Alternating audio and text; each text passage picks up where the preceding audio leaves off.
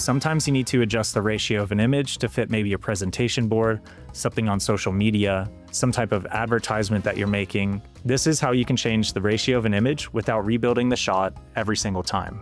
To change an image's ratio, create a new chat, create image, ChatGPT, thinking, and let's put it in extended. Upload the image that you would like to change the ratio of. I want to turn this image into a portrait. There's many ways to do this, and each way works pretty much the same. I'm going to show you the method that I typically do. If it's an image that we already have saved on our computer, this is the quickest way. Upload it. For the prompt, I wrote, change the ratio of this image to be portrait at 9:16. When you're done, click send. And here's the output from that prompt.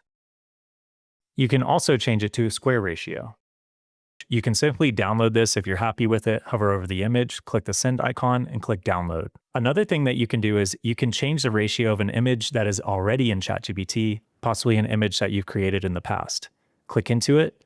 At the top, you should have an aspect ratio changer. If you like the video, please like the video and subscribe down below if you want to see future content just like this. If you want to support the channel further, check out the Patreon. It's linked in the description below. Thanks for watching.